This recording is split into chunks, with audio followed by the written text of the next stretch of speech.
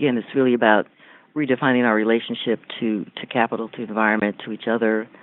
It acknowledges the intersectional relationship between the environment, the economy, and equity, and to recognize that fixing income inequality, fixing racism, fixing gender inequality, fixing environmental degradation really requires changing an economy that's screwing up everything.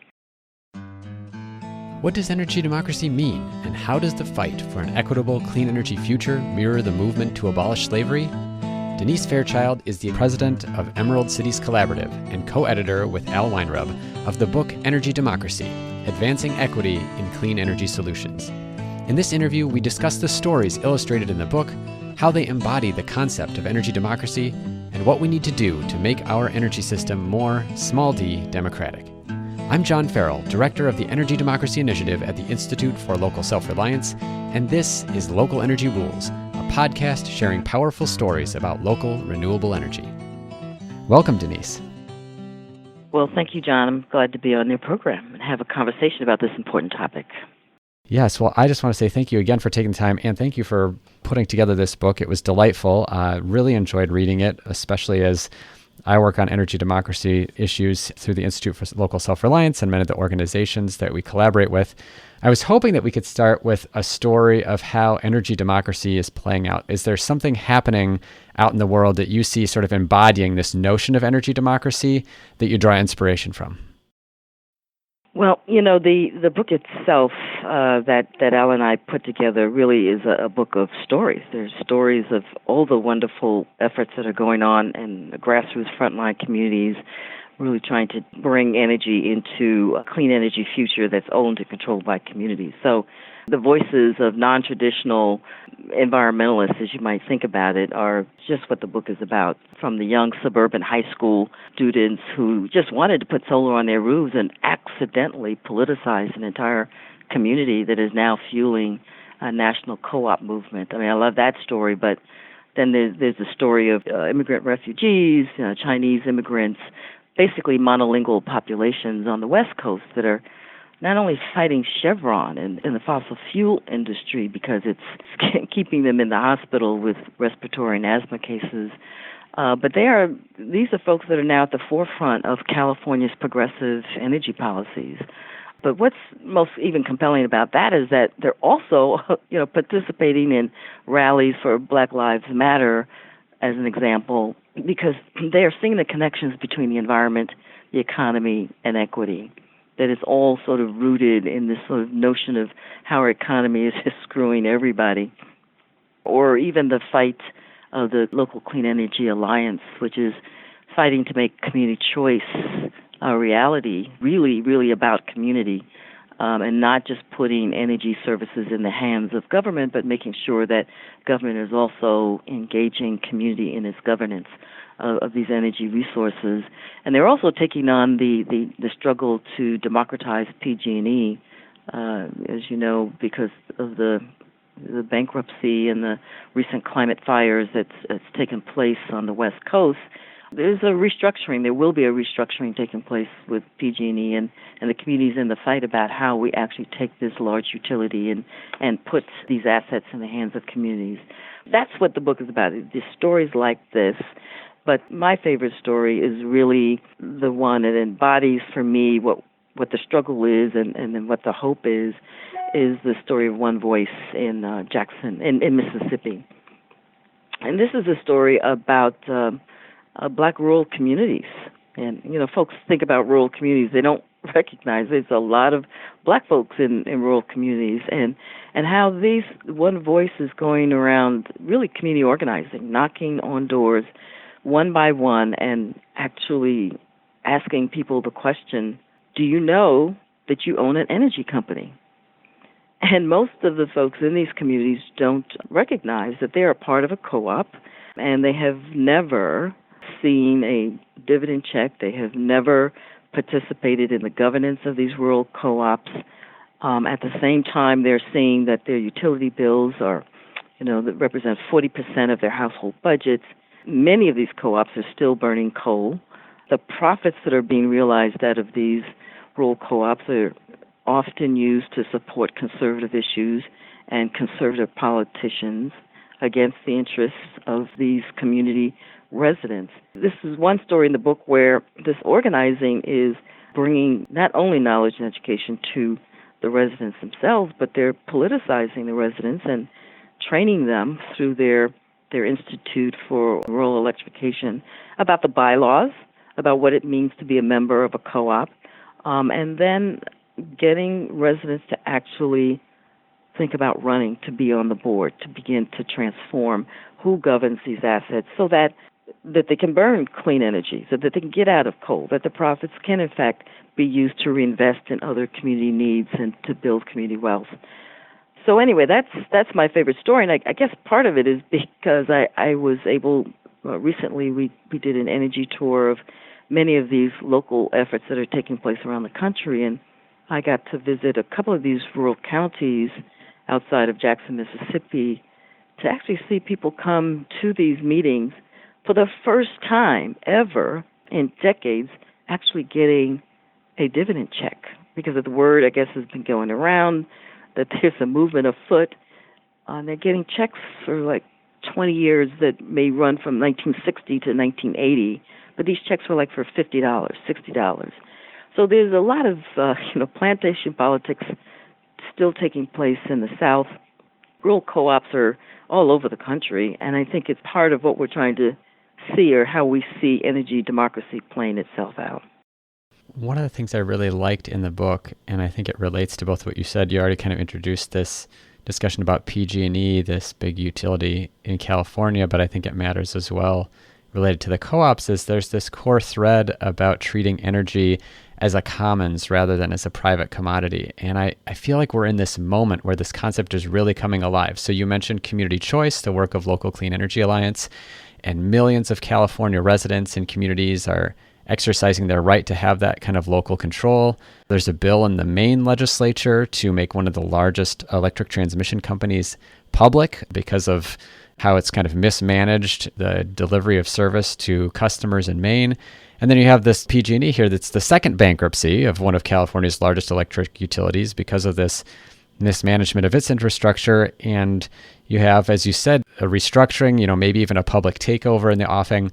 Is this where this notion of the commons really gets started? Are there other examples that we should know about where this commons conversation is happening? Well, in fact, John, these are really good examples that you highlighted about putting our energy resources into the hands of the public and the community. These are tools, you would say, of shared governance and resource management. In fact, what's interesting is that the California Public Utilities Commission estimated itself that in 5 years or so, as much as 60% of California's energy services will be in public hands through community choice aggregation. Now, as you can imagine, that's being fiercely fought by the investor-owned utilities, but it really does represent the sentiment about who should own and who should control energy and how it could be best managed and governed. But I don't think that just because we're putting energy into it, and that's not where the commons came from, and I don't think just putting our energy resources into the hands of government suggests that we're actually going to get to energy democracy. In fact, if you sort of leverage your riff off of what I just mentioned about rural electric co-ops, I mean, these are essentially public resources that are being not used for public purposes. So the commons has a sort of a deeper, first of all, the idea of commons is core to the energy democracy movement as we're trying to build it. And it's really about our relationship at a deeper level to the environment and how we even achieve sort of this ecosystem balance.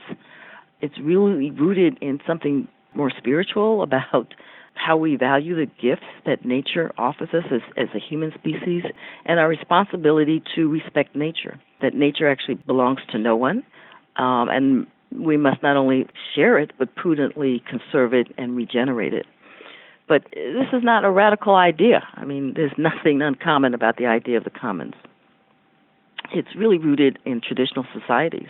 It's one of the reasons why it's really important to bring the lived and cultural experiences of communities of color into this conversation about our clean energy future.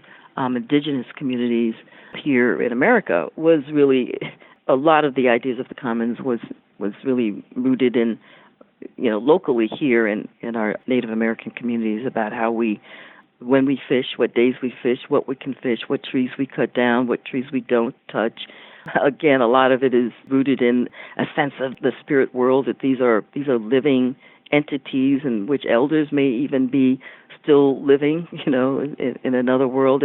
I've interviewed over a dozen of my colleagues throughout the African diaspora and trying to ask them what they recall of their own African experiences. And, they faintly remember their culture where it says these are resources that needs to be shared, protected, and there are taboos about what you cannot do with these gifts.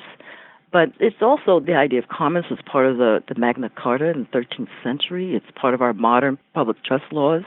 It's foundational to the New Deal. In fact, rural electric co-ops, milk co-ops have all been sort of rooted in the idea of the commons. And our national parks, Yellowstone or Grand Canyon, these are commons. These are natural resources that we're holding in public trust. And even our internet, or hopefully we can keep it as our other open source system. So the commons is fairly common, and it really does require us to re-examine who we are, what kind of society we want to live in, and what's our relationship to the environment, to capital, and to each other.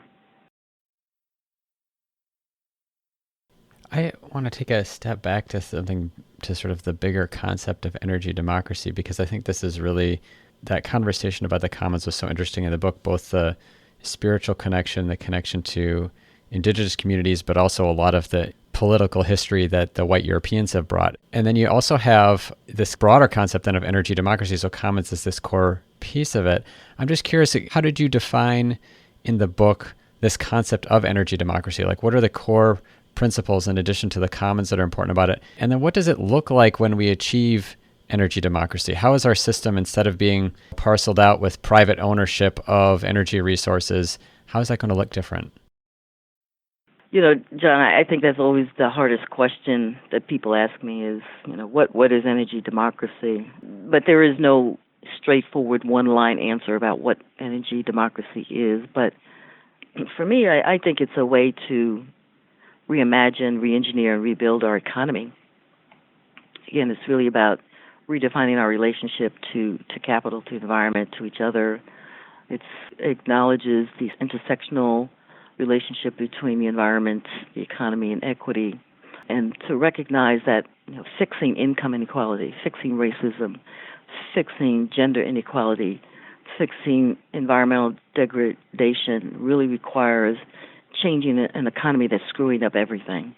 So it's really a framework for understanding all that's going wrong, and energy democracy perhaps being an antidote to all of that, where we're bringing in different values and experience to the conversation. And there is we asked the authors of the book, for example, to put their values and principles together, and everyone had a different set of values. They were overlapping, and there were some commonalities, but there isn't like 5 values that we hold on to, other than the fact that because we're bringing threads of different historic struggles into the energy democracy movement. So the struggle for land rights and civil rights and environmental justice and correctional reform. All of this is finally moving into sort of a meta-level social change movement for democratizing our economy through the energy sector. It lays out principles that speak to how we democratize governance of the energy sector, how we democratize and liberate the environment and our natural resources from greed and commodification, how we democratize our economy. So these are sort of constructs, and in fact we're taking these constructs, about what does a democratized energy economy look like, and putting it into a scorecard so we can begin to see how communities look from the extreme right, which is an extractive economy that is really about fossil fuels, to the sort of extreme extraction, to to one that is, the vision of energy democracy. What does that really look like? What are the policies that undergird that? So we're in the process of envisioning this, and we're using the voices and the experience of communities to animate this and to really define what that future is. So we're co-creating this, and so I don't have a clear, unfortunately, answer for you, but we have a framework around which we're working. I should have asked this question in the context of I wasn't attempting to define it entirely, but tried to define it mostly in the scope of ILSR's work, but kind of had three core concepts that we identified in the work that we do about what energy democracy means. And I think there's a lot of overlap. One was around about the sources and ownership of energy generation being distributed widely. Another one was about the management of the energy system being governed with democratic principles, so that there would be more local and community-based governance, and that you would have wide distribution of power generation and ownership, and that the access to both of those things would be not inhibited by race or socioeconomic status or the traditional barriers that we've seen. And I think there are some bigger pieces that are in the book that I really appreciated, and I think a little bit more historical perspective. But that's one way we've tried at ILSR, at least, to define it in, I think, more narrow terms, just in the energy sector. Yeah, I think that's absolutely right. And when I talk about democratizing governance, it's really about this community engagement and community organizing, and who sits at the table and who makes the decision, and where's the local control about that future. So it's democratizing governance, as I said, is democratizing the environment, which is rooted in the notion of the commons and the elements that how the commons is seen as a public good, and how we look at strategies and tools for resource management. Shared resource management is about democratizing the economy. And so we are actually decommodifying the energy resources and putting the profits, the wealth, back into the hands of the community to build community wealth. Those are the pillars of energy democracy. We're going to take a short break. When we come back, we'll talk about the importance of decentralizing the economy, the parallels between the fight for energy democracy and the abolition movement, and how a bottom-up approach to clean energy can scale rapidly. Hey, thanks for listening to Local Energy Rules. If you've made it this far, you're obviously a fan, and we could use your help for just 2 minutes. As you probably noticed, we don't have any corporate sponsors or ads for any of our podcasts. The reason is that our mission at ILSR is to reinvigorate democracy by decentralizing economic power. Instead, we rely on you, our listeners. Your donations not only underwrite this podcast, but also help us produce all of the research and resources that we make available on our website, and all of the technical assistance we provide to grassroots groups. Every year, ILSR's small staff helps hundreds of communities challenge monopoly power directly and rebuild their local economies. So please take a minute to go to ilsr.org and click on the donate button. That's ilsr.org. And if making a donation isn't something you can do, please consider helping us in other ways. You can help other folks find this podcast by telling them about it, or by giving it a review on iTunes, Stitcher, or wherever you get your podcasts. The more ratings from listeners like you, the more folks can find this podcast and ILSR's other podcasts, Community Broadband Bits and Building Local Power. Thanks again for listening. Now, back to the program.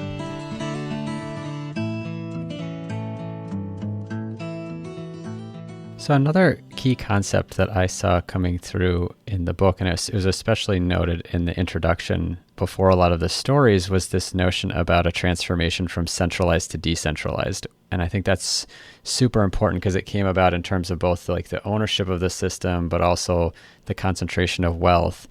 And we're seeing the downside of a centralized system, not just in environmental degradation, and health impacts, but also in some spectacular failures of capitalism, like the recently mothballed VC Summer nuclear plant in South Carolina, where poor management by these utility executives is basically going to cost energy customers in that region $9 billion for literally nothing. They have nothing to show for it. No energy was ever generated. Can you talk a little bit about the different ways you see us needing to decentralize, both in terms of the scale of energy generation, but also about these issues of management and ownership? And what do you see as some of the benefits specifically in decentralizing control and ownership? first of all, let's just recognize that there is an energy revolution underway, and it's happening because of climate change, driving utilities themselves to re-examine their business model. And it's also being driven by the fact that new energy technologies are coming to the forefront that is now cheaper than coal. It's increasingly cheaper than gas and other forms of fossil fuels. So the utilities themselves are actually moving to decentralize not only their source of energy, but also how they distribute energy into communities. It's going to be to their advantage, to their bottom line. So that's one thing that is going to happen. The question is how it happens. Again, the democratization of it so that it happens in a way that communities benefit most. But the other benefits is that it's about resilience. I mean, if people have a picture of anything, they have a picture of Puerto Rico and how the entire blackout of a country resulted as the fact that you had a centralized grid and there was no redundancy in the energy infrastructure. And so being able to have redundant, overlapping energy sources prevents that kind of overwhelming blackout and conditions of extreme weather and other climate hazards. So it's about resilience. The benefit is also about what you care about most and your members is local self-reliance and local control. I mean, you own and control a huge sector of the economy, and be able to use it to good use, to community purposes and community services. That is what a decentralized infrastructure provides you, which is very different from what a monopoly does. A monopoly is essentially controlled with a few people, and you just get to pay for the service. Decentralized infrastructure really changes the algorithm for that as a way. And for our communities, it really is about how those assets are then used for other community revitalization and other community needs and purposes, and how we don't just use it for profits and individual wealth building, but use it for community well-being. So these are some of the benefits that I think the new infrastructure and the new sort of clean energy decentralization is going to offer. And there are different kinds of decentralized infrastructure. There's the rooftop, the solar, there's solar plus batteries, there's microgrids. So I guess the technologies are quickly advancing, but it's hard work. It's expensive. There's a lot of technical knowledge that's required to really figure out how you put some of these community grids together in particular, and it's particularly important for low-income communities and communities that are renters or people that live in apartments that really don't have control or have the access to rooftop solar. Community grids and really in virtual meeting becomes really important options for them. So how do you do it at a scale in communities that are already built out, and for people who don't have ready access or are not homeowners to be able to have access to this new clean energy resource? So it's expensive. There's not enough technical resources and financing putting into this space that will allow us to move at the speed that we need to. But I believe that those are sort of why we need to get there, because the opportunities are there to re-engineer our entire infrastructure for community purpose. I was really drawn in the conclusion, this comparison that you drew between the energy democracy movement and the abolitionist movement to end slavery. And you explained in that section that abolitionists had to fight the three pillars supporting slavery: property rights, profits, and then power and privilege. And frankly, I was just blown away by the similarities between the two, and was hoping that you could explain a little bit about how a centralized fossil fuel energy system is supported by these pillars. Like, what is an illustration of these three factors: property rights, profits, power and privilege, in our current energy system? Yes. Well, it's interesting how I even got to that framework where, it became very clear to me that our work, that we're all struggling to dismantle the fossil fuel economy, is in fact analogous to what it took to dismantle the slave economy, and that was a 250-year struggle. And my hope is that our struggle is either close to being 250 years or we'll get there faster, either way. But bottom line is, as a history buff and somebody who really cares about the history of my people, I do a lot of reading, stuff that you didn't get in school about slavery and emancipation. And part of it is to understand, where am I in this arc towards justice? In the work that we do here at Emerald Cities, am I in the struggle, and what is that struggle?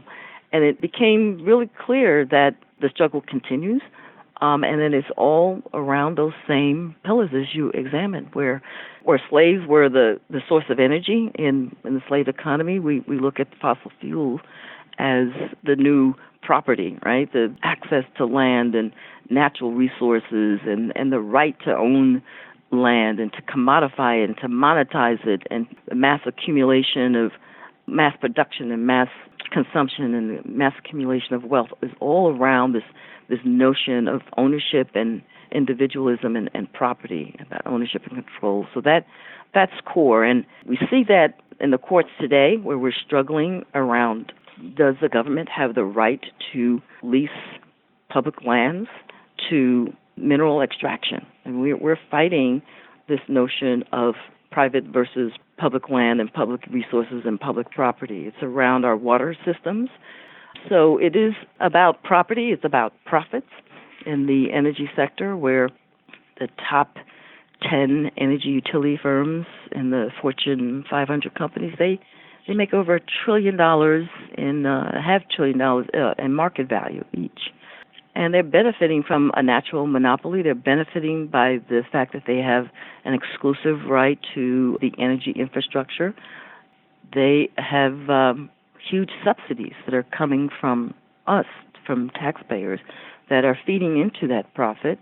And they are not, or they fight to pay for the externalities, the cost of polluting our environment, the cost of the health care. So the extreme profits in the energy sector, is in the fossil fuel industry particularly, is part of what we have to fix. When we talk about energy democracy, we've got to take public subsidies out of the fossil fuel industry and put it in the hands of a clean energy future. We've got to protect our natural resources and not make it owned by a limited 1% in the population. And because at the end of the day, what we're doing is fueling the power and the privilege element of it, which is the inequalities that come out of that kind of capitalist structure, where social, economic, and political inequalities. I mean, if you want to look at it at one level, I mean, the CEOs of these fossil fuel industries, I think there's a recent study that showed that they make between 150 to 500 times that of the average American in terms of their compensation package. But the benefits and burdens of that industry is unevenly distributed. And they're using those revenues to buy more privilege. So they bought our politicians, and we have to find a way to make sure that we are taking back our government and taking back our politicians by taking money out of politics. So those are some, I mean, we probably can talk an entire session just on the analogies, but those are the elements that energy democracy is really changing in terms of how it views the property, how it views profits, how it deals with issues of inequities. There are several authors in the book who talked about local decision-making. You and I both have talked about local self-reliance. Steve Servas and Anthony Giancaterino in the book describe, quote, local policy organizing has the flexibility to experiment with different solutions, allow for community participation and control in the decision-making process. At ILSR, we use the term subsidiarity, which means decisions should be made closest to where people are affected by them.